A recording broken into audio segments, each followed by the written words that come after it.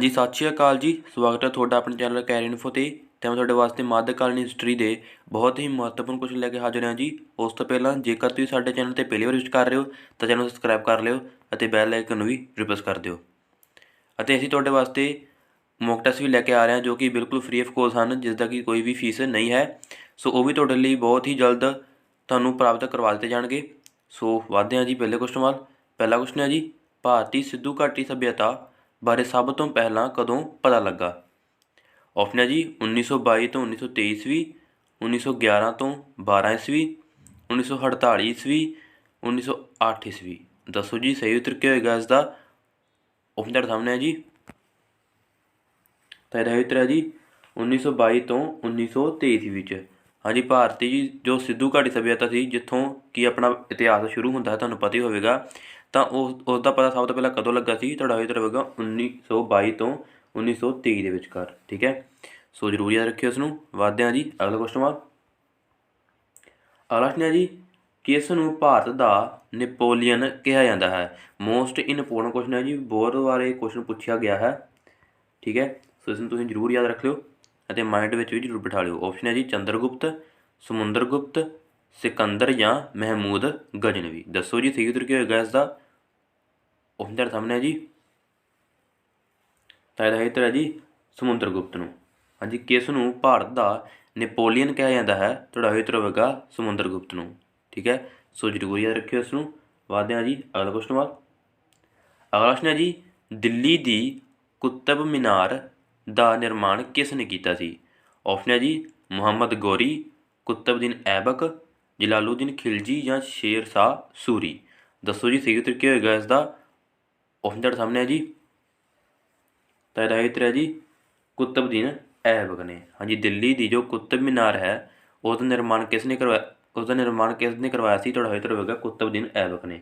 ਠੀਕ ਹੈ, ਸੋ ਜ਼ਰੂਰ ਯਾਦ ਰੱਖਿਓ ਇਸ ਨੂੰ। ਵਧਦੇ ਹਾਂ ਜੀ ਅਗਲਾ ਕੁਐਸਚਨ ਵੱਲ। ਅਗਲਾ ਕੁਐਸਚਨ ਹੈ ਜੀ, ਤੈਮੂਰ ਨੇ ਭਾਰਤ ਉੱਤੇ ਹਮਲਾ ਕਿਉਂ ਕੀਤਾ ਸੀ? ਆਪਸ਼ਨ ਹੈ ਜੀ ਦਿੱਲੀ ਉੱਤੇ ਰਾਜ ਕਰਨ ਲਈ, ਭਾਰਤ ਵਿੱਚ ਆਪਣਾ ਰਾਜ ਸਥਾਪਿਤ ਕਰਨ ਲਈ, ਧਨ ਲੁੱਟਣ ਲਈ ਜਾਂ ਤੁਗਲਕ ਸੁਲਤਾਨ ਤੋਂ ਬਦਲਾ ਲੈਣ ਲਈ। ਦੱਸੋ ਜੀ ਸਹੀ ਉੱਤਰ ਕੀ ਹੋਏਗਾ ਇਸ ਦਾ? ਆਪਸ਼ਨ ਤੁਹਾਡੇ ਸਾਹਮਣੇ ਹੈ ਜੀ। ਤਾਂ ਇਹਦਾ ਉੱਤਰ ਹੈ ਜੀ ਧਨ ਲੁੱਟਣ ਲਈ। ਹਾਂਜੀ, ਤੈਮੂਰ ਸੀਗਾ ਜੋ ਉਸਨੇ ਭਾਰਤ ਉੱਤੇ ਹਮਲਾ ਕਿਉਂ ਕੀਤਾ ਸੀ? ਤੁਹਾਡਾ ਉੱਤਰ ਹੋਵੇਗਾ ਧਨ ਲੁੱਟਣ ਲਈ। ਠੀਕ ਹੈ, ਸੋ ਜ਼ਰੂਰ ਯਾਦ ਰੱਖਿਓ ਇਸ ਨੂੰ। ਅਤੇ ਇੱਦਾਂ ਦੇ ਕੁਐਸਚਨ ਪੇਪਰ ਵਿੱਚ ਬਹੁਤ ਹੀ ਪੁੱਛੇ ਜਾਂਦੇ ਹਨ, ਇਸ ਕਰਕੇ ਹੀ ਮੈਂ ਤੁਹਾਨੂੰ ਮੱਧਕਾਲੀਨ ਹਿਸਟਰੀ ਦੇ ਕੁਐਸਚਨ ਲੈ ਕੇ ਆਇਆ, ਟੋਪ 20 ਕੁਐਸਚਨ। ਸੋ ਇਹਨਾਂ ਵਿੱਚੋਂ ਇੱਕ ਅੱਧਾ ਕੁਐਸਚਨ ਪੇਪਰ ਵਿੱਚ ਜ਼ਰੂਰ ਬਣ ਜਾਏਗਾ, ਤਾਂ ਤੁਸੀਂ ਜ਼ਰੂਰ ਇਸ ਨੂੰ ਯਾਦ ਕਰ ਲਿਓ। ਅਗਲਾ ਕੁਐਸਚਨ ਹੈ ਜੀ, ਭਾਰਤ ਨੇ ਆਪਣੀ ਜੀਵਨੀ ਬਾਬਰਨਾਮਾ ਕਿਸ ਭਾਸ਼ਾ ਵਿੱਚ ਲਿਖੀ ਸੀ? ਆਪਸ਼ਨ ਹੈ ਜੀ ਅਰਬੀ ਭਾਸ਼ਾ ਵਿੱਚ, ਤੁਰਕੀ ਭਾਸ਼ਾ ਵਿੱਚ, ਫਾਰਸੀ ਭਾਸ਼ਾ ਵਿੱਚ ਜਾਂ ਉਰਦੂ ਭਾਸ਼ਾ ਵਿੱਚ। ਦੱਸੋ ਜੀ ਸਹੀ ਉੱਤਰ ਕੀ ਹੋਏਗਾ ਇਸ ਦਾ? ਆਪਸ਼ਨ ਤੁਹਾਡੇ ਸਾਹਮਣੇ ਹੈ ਜੀ। ਤਾਂ ਇਹਦਾ ਉੱਤਰ ਹੈ ਜੀ ਤੁਰਕੀ ਵਿੱਚ। ਹਾਂਜੀ, ਬਾਬਰ ਨੇ ਆਪਣੀ ਜੀਵਨੀ ਬਾਬਰਨਾਮਾ ਕਿਸ ਭਾਸ਼ਾ ਵਿੱਚ ਲਿਖੀ? ਤੁਹਾਡਾ ਉੱਤਰ ਹੋਵੇਗਾ ਤੁਰਕੀ ਵਿੱਚ। ਠੀਕ ਹੈ, ਸੋ ਜ਼ਰੂਰ ਯਾਦ ਰੱਖਿਓ ਉਸ ਨੂੰ। ਵਧਦੇ ਹਾਂ ਜੀ ਅਗਲੇ ਕੁਐਸਚਨ ਵੱਲ। ਅਤੇ ਜੇਕਰ ਵੀਡੀਓ ਵਧੀਆ ਲੱਗ ਰਹੀ ਹੈ ਤਾਂ ਵੀਡੀਓ ਨੂੰ ਲਾਈਕ ਅਤੇ ਸ਼ੇਅਰ ਵੀ ਜ਼ਰੂਰ ਕਰ ਦਿਓ। ਹਾਂਜੀ, ਅਗਲਾ ਕੁਐਸਚਨ ਹੈ ਜੀ, ਅਕਬਰ ਦਾ ਜਨਮ ਕਿੱਥੇ ਹੋਇਆ ਸੀ? ਆਪਸ਼ਨ ਹੈ ਜੀ ਕਾਬੁਲ ਵਿੱਚ, ਪਾਣੀਪਤ ਵਿੱਚ, ਆਗਰਾ ਵਿੱਚ ਜਾਂ ਅਮਰਕੋਟ ਵਿੱਚ। ਦੱਸੋ ਜੀ ਸਹੀ ਉੱਤਰ ਕੀ ਹੋਏਗਾ ਇਸ ਦਾ? ਆਪਸ਼ਨ ਤੁਹਾਡੇ ਸਾਹਮਣੇ ਹੈ ਜੀ। ਤਾਂ ਇਹਦਾ ਉੱਤਰ ਹੈ ਜੀ ਅਮਰਕੋਟ ਵਿੱਚ। ਹਾਂਜੀ, ਅਕਬਰ ਦਾ ਜਨਮ ਕਿੱਥੇ ਹੋਇਆ ਸੀ? ਤੁਹਾਡਾ ਉੱਤਰ ਹੋਵੇਗਾ ਅਮਰਕੋਟ ਵਿੱਚ। ਸੋ ਜ਼ਰੂਰ ਯਾਦ ਰੱਖਿਓ ਇਸ ਨੂੰ। ਵਧਦੇ ਹਾਂ ਜੀ ਅਗਲੇ ਕੁਐਸਚਨ ਵੱਲ। ਅਗਲਾ ਕੁਐਸਚਨ ਹੈ ਜੀ, ਨੂਰ ਜਹਾਂ ਕਿਸ ਦੀ ਪਤਨੀ ਸੀ? ਮੋਸਟ ਇੰਪੋਰਟੈਂਟ ਕੁਐਸਚਨ ਹੈ ਜੀ। ਆਪਸ਼ਨ ਹੈ ਜੀ ਅਕਬਰ ਦੀ, ਔਰੰਗਜ਼ੇਬ ਦੀ, ਜਹਾਂਗੀਰ ਦੀ ਜਾਂ ਸ਼ਾਹਜਹਾਨ ਦੀ। ਦੱਸੋ ਜੀ ਸਹੀ ਉੱਤਰ ਕੀ ਹੋਏਗਾ ਇਸ ਦਾ? ਆਪਸ਼ਨ ਤੁਹਾਡੇ ਸਾਹਮਣੇ ਹੈ ਜੀ। ਤਾਂ ਇਹਦਾ ਉੱਤਰ ਹੈ ਜੀ ਜਹਾਂਗੀਰ ਦੀ। ਹਾਂਜੀ, ਨੂਰ ਜਹਾਂ ਕਿਸ ਦੀ ਪਤਨੀ ਸੀ? ਤੁਹਾਡਾ ਉੱਤਰ ਹੋਵੇਗਾ ਜਹਾਂਗੀਰ ਦੀ। ਠੀਕ ਹੈ, ਸੋ ਜ਼ਰੂਰ ਯਾਦ ਰੱਖਿਓ ਇਸ ਨੂੰ। ਵਧਦੇ ਹਾਂ ਜੀ ਅਗਲੇ ਕੁਐਸਚਨ ਵੱਲ। ਅਗਲਾ ਕੁਐਸਚਨ ਹੈ ਜੀ, ਹੈਦਰ ਅਲੀ ਕਿੱਥੋਂ ਦਾ ਸ਼ਾਸਕ ਸੀ? ਆਪਸ਼ਨ ਹੈ ਜੀ ਕਰਨਾਟਕ, ਮੈਸੂਰ, ਰਾਂਚੀ ਜਾਂ ਕਲਾਨੌਰ। ਦੱਸੋ ਜੀ ਸਹੀ ਉੱਤਰ ਕੀ ਹੋਏਗਾ ਇਸ ਦਾ? ਆਪਸ਼ਨ ਤੁਹਾਡੇ ਸਾਹਮਣੇ ਹੈ ਜੀ। ਤਾਂ ਇਹਦਾ ਉੱਤਰ ਹੈ ਜੀ ਮੈਸੂਰ ਦਾ। ਹਾਂਜੀ, ਹੈਦਰ ਅਲੀ ਸੀ ਜੋ ਉਹ ਕਿੱਥੋਂ ਦਾ ਸ਼ਾਸਕ ਸੀਗਾ? ਤੁਹਾਡਾ ਉੱਤਰ ਹੋਵੇਗਾ ਮੈਸੂਰ ਦਾ। ਠੀਕ ਹੈ, ਸੋ ਜ਼ਰੂਰ ਯਾਦ ਰੱਖਿਓ ਇਸ ਨੂੰ। ਵਧਦੇ ਹਾਂ ਜੀ ਅਗਲੇ ਕੁਐਸਚਨ ਵੱਲ। ਅਗਲਾ ਕੁਐਸਚਨ ਹੈ ਜੀ, ਭਾਰਤ ਦਾ ਪਹਿਲਾ ਬ੍ਰਿਟਿਸ਼ ਗਵਰਨਰ ਜਨਰਲ ਕੌਣ ਸੀ? मोस्ट इंपोर्टेंट क्वेश्चन है जी, बहुत बार पेपर में रिपीट हो चुका है क्वेश्चन, और जरूर इसनों नोट कर लियो। ऑप्शन है जी Warren Hasting, Lord Hasting, Lord William या लॉर्ड डलहौजी। दसो जी सही उत्तर क्या होगा इसका। ऑप्शन जेड़ा सामने है जी, तो इसका जो सही उत्तर है जी वो है जी वारन हेस्टिंग। हाँ जी, भारत का पहला जो ब्रिटिश गवर्नर जनरल कौन सी, थोड़ा उत्तर होगा वारन हेस्टिंग। ठीक है, सो जरूर याद रखियो इसनों। वादे हैं जी अगले क्वेश्चन वाल। अगला क्वेश्चन है जी, रैगूलेटिंग एक्ट कदों पास होया सी। ऑप्शन है जी 1773 ईस्वी विच, 1757 ईस्वी विच, 1748 ईस्वी विच या 1764 ईस्वी विच। दसो जी सही उत्तर क्या होगा इसका। ऑप्शन सामने है जी, तो इसका उत्तर है जी 1773 ईस्वी विच। हाँ जी, रैगूलेटिंग एक्ट कदों पास होया सी, थोड़ा उत्तर होगा 1773 ईस्वी विच।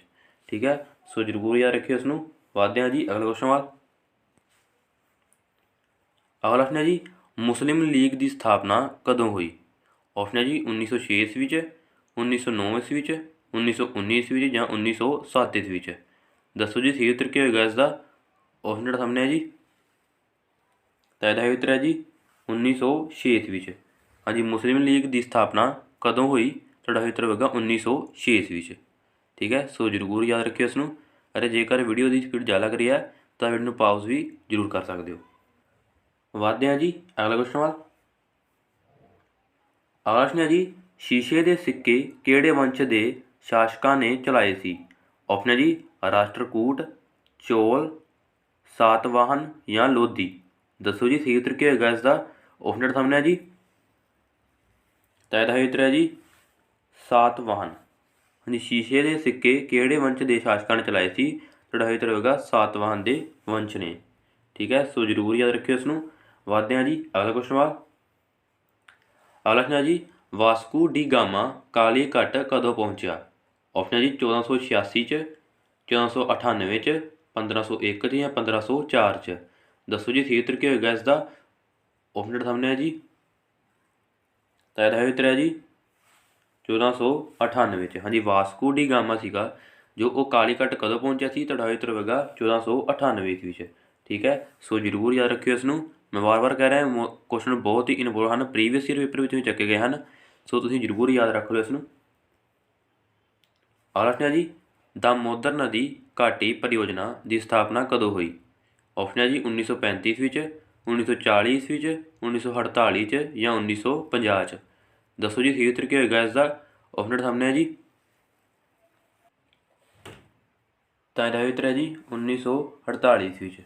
हाँ जी, दामोदर नदी घाटी परियोजना की स्थापना कदों हुई, थोड़ा उत्तर होगा 1948 ईस्वी। ठीक है, सो जरूर याद रखियो इसनों। वादे हैं जी अगला क्वेश्चन वाल। अगला क्वेश्चन है जी, विश्व का वो किहड़ा महाद्वीप है जिथे एक भी ज्वालामुखी नहीं है। ऑप्शन है जी एशिया, यूरोप, दक्षिणी अफ्रीका या आस्ट्रेलिया। दसो जी सही उत्तर क्या होगा इसका। ऑप्शन सामने है जी, तो इसका उत्तर है जी आस्ट्रेलिया महाद्वीप।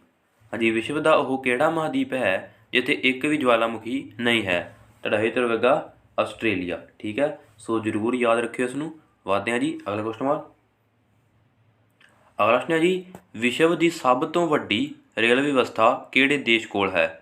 ऑप्शन है जी भारत कोल, मैक्सीको कोल, अमरीका कोल या उपरोक्त विचों कोई भी नहीं। दसो जी सही उत्तर क्या होगा इसका।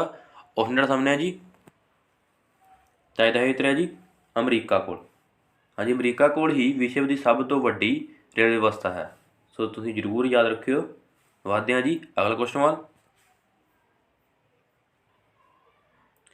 अगला क्वेश्चन है जी, नैपोलीਅन बोनापार्ट किस देश का निवासी सी। ऑप्शन है जी जर्मनी का, पुर्तगाल का, फ्रांस का या रूस का। दसो जी सही उत्तर क्या होगा इसका। ऑप्शन सामने है जी, तो इसका उत्तर है जी फ्रांस का। हाँ जी, नैपोलीਅन बोनापार्ट किस देश का निवासी सी, तो उत्तर होगा फ्रांस का। तो वादे हैं जी अगला क्वेश्चन वा। अगला क्वेश्चन है जी, महाराष्ट्र प्रांत मुख्य त्यौहार किहड़ा है। महाराष्ट्र प्रांत का मुख्य त्यौहार किहड़ा है। ऑप्शन है जी दिवाली, दशहरा, गणेश चतुर्थी या उपरोक्त विचों कोई भी नहीं। दसो जी सही उत्तर क्या होगा इसका। ऑप्शन सामने है जी, ਤਾਂ ਇਹਦਾ ਉੱਤਰ ਹੈ ਜੀ ਗਣੇਸ਼ ਚਤੁਰਥੀ। ਹਾਂਜੀ, ਮਹਾਰਾਸ਼ਟਰ ਪ੍ਰਾਂਤ ਦਾ ਮੁੱਖ ਤਿਉਹਾਰ ਕਿਹੜਾ ਹੈ? ਤੁਹਾਡਾ ਉੱਤਰ ਹੋਵੇਗਾ ਗਣੇਸ਼ ਚਤੁਰਥੀ। ਠੀਕ ਹੈ, ਅਤੇ ਇਹ ਜਿਵੇਂ ਗਣੇਸ਼ ਜੀ ਦਾ ਕੁਛ ਜਯੰਤੀ ਵਗੈਰਾ ਹੁੰਦੀ ਹੈ ਉਸ ਦਿਨ ਹੀ ਮਨਾਇਆ ਜਾਂਦਾ ਹੈ। ਵੈਸੇ ਤਾਂ ਪੂਰੇ ਭਾਰਤ ਵਿੱਚ ਮਨਾਇਆ ਜਾਂਦਾ ਹੈ, ਪਰ ਮਹਾਰਾਸ਼ਟਰ ਵਿੱਚ ਇਹ ਖਾਸ ਤੌਰ 'ਤੇ ਮਨਾਇਆ ਜਾਂਦਾ ਹੈ। ਬਹੁਤ ਹੀ ਵਧੀਆ ਤਰੀਕੇ ਨਾਲ ਮਨਾਇਆ ਜਾਂਦਾ ਹੈ, ਕਿਉਂਕਿ ਇਹ ਪੁਰਾਣੇ ਜੋ ਮਹਾਰਾਸ਼ਟਰ ਦੇ ਰਾਜੇ ਮਹਾਰਾਜੇ ਸੀ ਉਹਨਾਂ ਤੋਂ ਹੀ ਇਹ ਜਿਹੜੀ ਰੀਤ ਚੱਲਦੀ ਆ ਰਹੀ ਹੈ। ਸੋ ਇਸ ਕਰਕੇ ਹੀ ਮਹਾਰਾਸ਼ਟਰ ਦਾ ਮੁੱਖ ਤਿਉਹਾਰ ਜੋ ਖਾਸ ਤੌਰ 'ਤੇ ਮਨਾਇਆ ਜਾਂਦਾ ਹੈ ਉਹ ਹੈ ਜੀ ਗਣੇਸ਼ ਚਤੁਰਥੀ। ਠੀਕ ਹੈ, ਸੋ ਜ਼ਰੂਰ ਯਾਦ ਰੱਖਿਓ ਇਸ ਨੂੰ। ਵਧਦੇ ਹਾਂ ਜੀ ਅਗਲਾ ਕੁਐਸਚਨ ਵੱਲ।